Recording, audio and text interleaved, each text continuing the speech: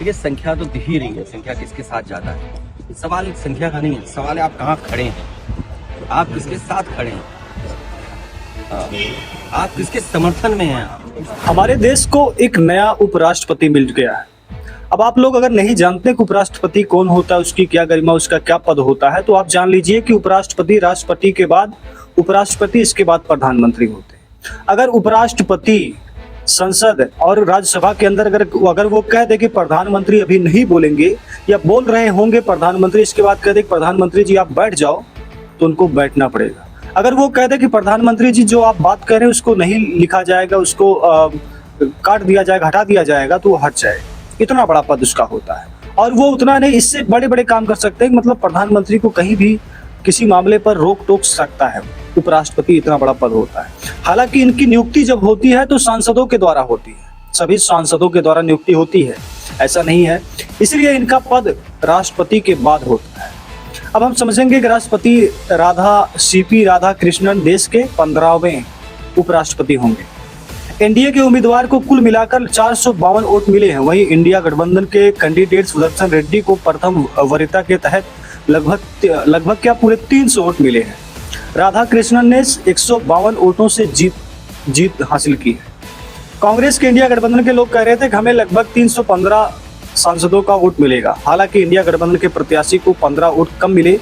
इसमें बीआरएस और बीजेडी ने चुनाव में भाग ही नहीं लिया, जबकि राज्यसभा में बीआरएस के 4 और बीजेडी के 7 सांसद हैं। लोकसभा में इकलौते सांसद वाले शिरोमणि अकाली दल ने पंजाब में बाढ़ के चलते वोट डालने से इनकार कर दिया। सोचिए, उपराष्ट्रपति का चुनाव है मगर कुछ लोग गायब हो जाते हैं। इसमें तो कुछ लोग दावा कर रहे हैं कि इनमें से कुछ लोग ऐसे भी जिनके ऊपर केस, मुकदमा, ईडी, सीबीआई, ये सब मामले को लेकर वो लोग अपने घर में छिप गए। यानी कि अगर इसको हम एक युद्ध के तौर पे देखते हैं कि चलो देश में एक नया उपराष्ट्रपति चुना जा रहा है, ये लोग जो है किसी डर की वजह से या केस की वजह से या फिर अपने व्यक्तिगत मामले की वजह से चुनाव नहीं दिए। ये इनका अधिकार है, ये दे सकते कि नहीं दे सकते, ये इनका अपना अधिकार, लेकिन उनको देना था। लेकिन यहाँ पर जो मामला सामने आया वो अलग है। मैं ये नहीं कहता कौन सी पार्टी किसके दबाव में आकर चुनाव में वोट नहीं डाली है, हो सकता है। और आपको पता है कि ईडी सीबीआई जब काम करती है तो क्या होता है।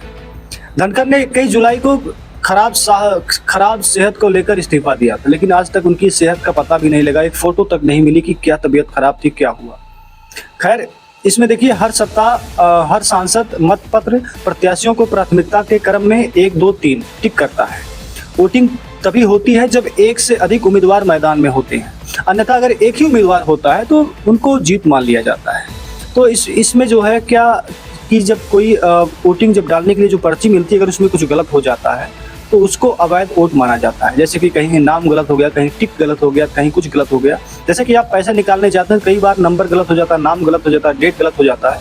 वैसे ही यही प्रक्रिया है कि अगर कुछ गलत हो जाता है तो उसको अवैध वोट माना जाता है। देखिए, सीधी सी बात यह है कि बहुमत तो बीजेपी के पास था ही, और बहुमत से बड़ा जो था लड़ाई, इसमें विपक्ष कह रहा था कि संविधान की लड़ाई, संविधान की रक्षा करने वाली लड़ाई है और ये वैचारिक लड़ाई है।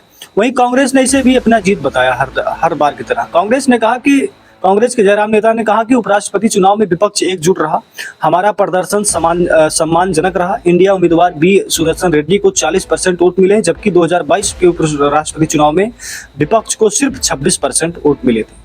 तो देखिए, यहाँ पर 60% वोट कोई और ले जाता है और 40% भी विपक्ष को मिलता है। तो विपक्ष दावा कर रहा है कि जीत तो हमारी भी हुई है और हमारी एकता, इंडिया गठबंधन एकजुट है, इसकी एकता साफ झलकती है।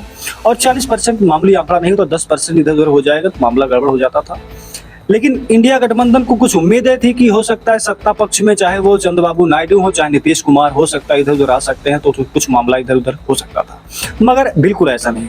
दरअसल बात समझो, ईडी, सीबीआई और कई सारे मामले हैं और सत्ता की मलाई कौन नहीं खा रहा है।